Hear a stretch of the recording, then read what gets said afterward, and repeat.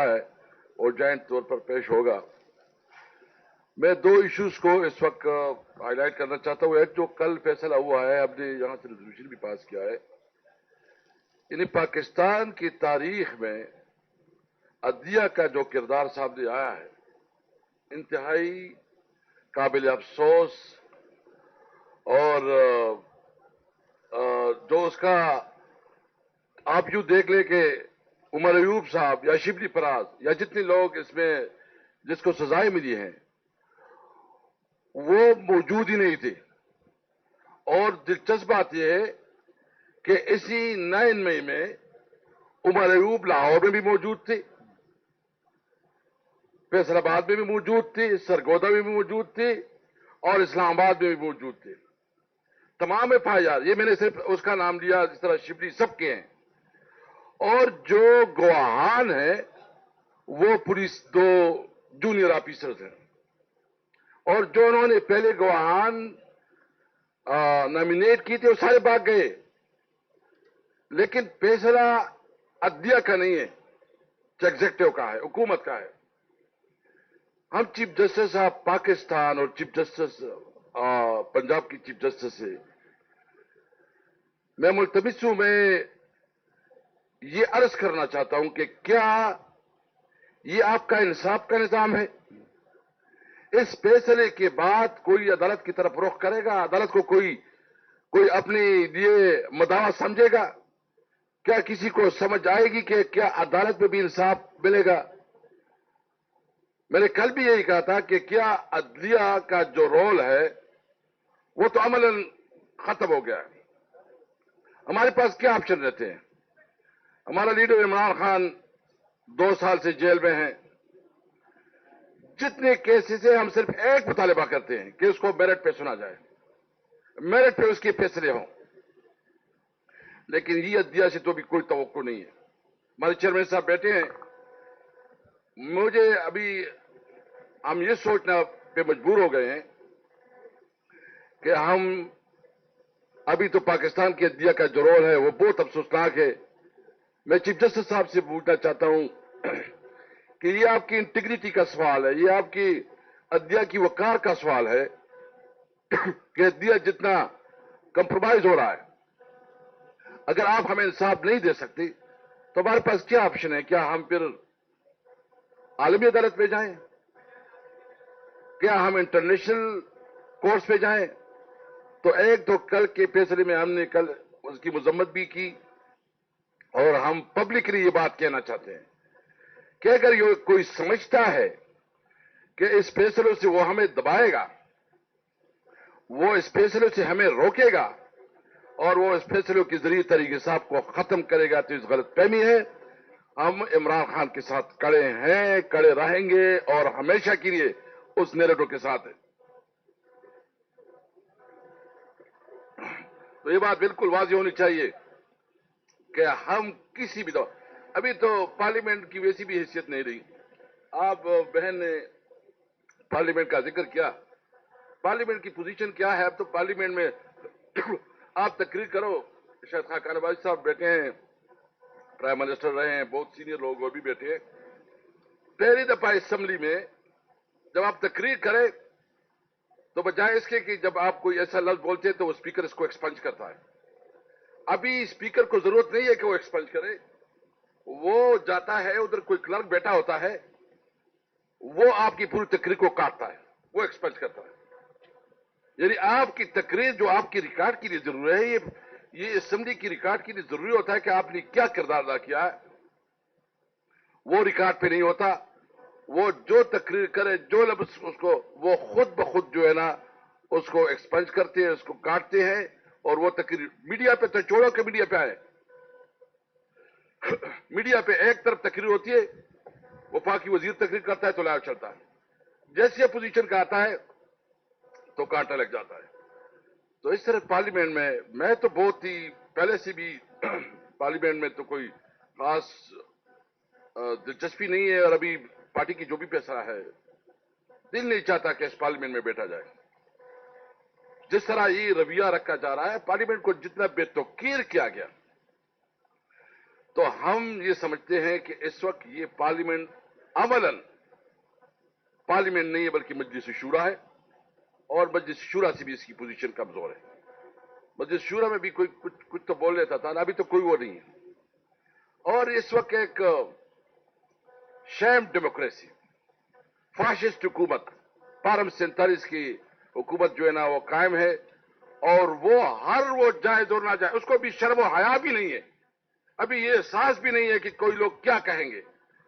وہ جو دل میں چاہے وہ فیصلہ کرے، اس کو کوئی پرواہ نہیں ہے قانون کیا ہے، آئین کیا ہے، دستور کیا ہے، رواج کیا ہے، اخلاقیات کیا ہے، کسی چیز کی ابھی ان کو کوئی پرواہ نہیں ہے۔ تو ہم انشاءاللہ اپنی جدوجہد جتنی بھی ہمارے پاس اپرچونٹیز ہے، اگر کوئی کہتا ہے وہ میرے کل کوئی تبصرہ سنا کہ طریقے صاحب کے پاس تمام آپشن ختم ہو گئے، کوئی آپشن ختم نہیں ہوا، ہمارے پاس ہر وقت آپشن ہے۔ ہم انشاءاللہ عوام کے پاس بھی جائیں گے۔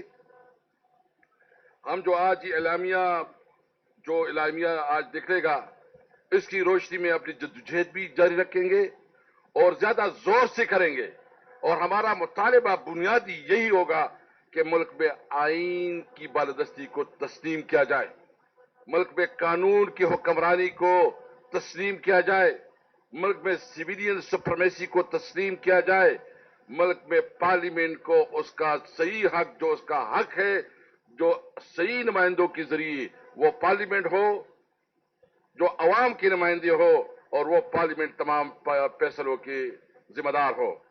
اور ہم ہر صورت میں اس ملک میں چاہتے ہیں کہ تمام مکتب فکر کی نمائندگی ہو۔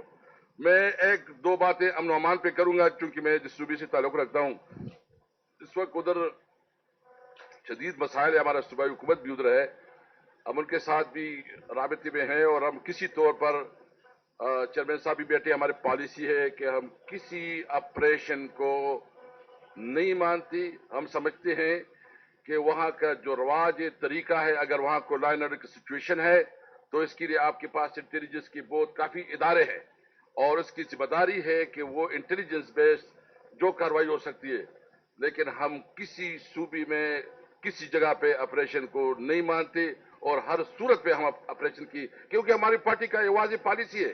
عمران خان نے ہمیشہ آپریشن کی مخالفت کی ہے، تو ہم کسی طور پر کسی آپریشن کی حمایت نہیں کریں گے، اور ہم ہر صورت میں اس کی مخالفت کریں گے۔ دوسری بات یہ ہے کہ ابھی ہم نے اعلامیہ بھی شامل کیا ہے کہ جو ہمارا فاٹا، اور جو فاٹا کے خاص کر بلوچستان کے جو ایریا ہے، جو بارڈرز ایریا ہے، یہ ہمارا سارا دارومدار افغانستان کے ساتھ تجارت پہ ہے۔ اب جب مجھے ایک ذمہ داری ملی تھی تو اس وقت ہم نے فاٹا میں جو خرلاچی، انگورڈا اور غلام خان میں ٹریڈ روٹ پہ کاروبار شروع کیا۔ ہم نے ترخم پہ جو ہماری فیسلٹی تھی، اس میں ہم نے ایف آئی اے، اس میں ہم نے کسٹم، اس میں ہم نے این ایل سی، اس کو انہانس کیا، اس کو زیادہ فیسلٹی دی، اور اس طرح ہم ممن میں اور باجوڑ میں کرنے جا رہے تھے، کیونکہ ہمارا جو مارکیٹ ہے، جہاں ہم رہ رہے ہیں، وہ ہم انٹرنیشنل مارکیٹ سے بہت دور ہے، ہم کراچی سے اور لاہور کا مقابلہ نہیں کر سکتے۔ ہمارے لیے سوٹ کرتا ہے افغانستان، سینٹرل ایشین کنٹری اور رشین اسٹیٹ، تو آپ ہمیں وہاں کاروبار کے لیے اس تمام بارڈرز پہ کاروبار کھول دے، تجارت کھول دے، تاکہ لوگ جو آپ سمجھتے ہیں کہ ایکسٹریمزم کی طرف جا رہے ہیں، جب غربت بڑھتی ہے تو لوگ تو ضرور ایکسٹریمزم کی طرف جائیں گے۔ تو اس کے لیے سب سے پہلے آپ خیبر پختونخوا، بلوچستان کی جتنے بارڈرز ایریا ہیں، اس پہ جو روٹس ہے، ٹریڈ روٹس ہے، اس کو کھول دے، وہاں روزگار شروع ہو جائے۔ دوسری بات یہ ہے کہ ہمارے وقت میں جب ہماری حکومت تھی تو میں بالکل، آپ دیکھ سکتے ہیں کہ کوئی ڈرون اٹیک نہیں تھی، کوئی جو ہے نا بم دھماکے نہیں تھی، کیونکہ ہم نے جو پالیسی بنائی، وہ پالیسی ہم نے اپنی جو پڑوسی تھی اس کے ساتھ ہم نے ایک فرینڈلی پالیسی بنائی، وہاں ہم نے کاروبار شروع کیا۔ پہلی دفعہ ہمارے وقت میں جو افغانستان کے ساتھ صرف ہمارا ٹریڈ تھا، افغانستان کے ساتھ جو ہمارا ٹریڈ تھا وہ $1.7 بلین تک پہنچ گیا تھا۔ ہم نے اپنے وقت میں پاک افغان ٹرانزٹ ٹریڈ میں ایک شک اضافہ کیا کہ جو ہماری گاڑیاں ہوں گی وہ سینٹرل ایشیا کنٹریز اور رشین اسٹیٹ تک وہ جائے گی، تاکہ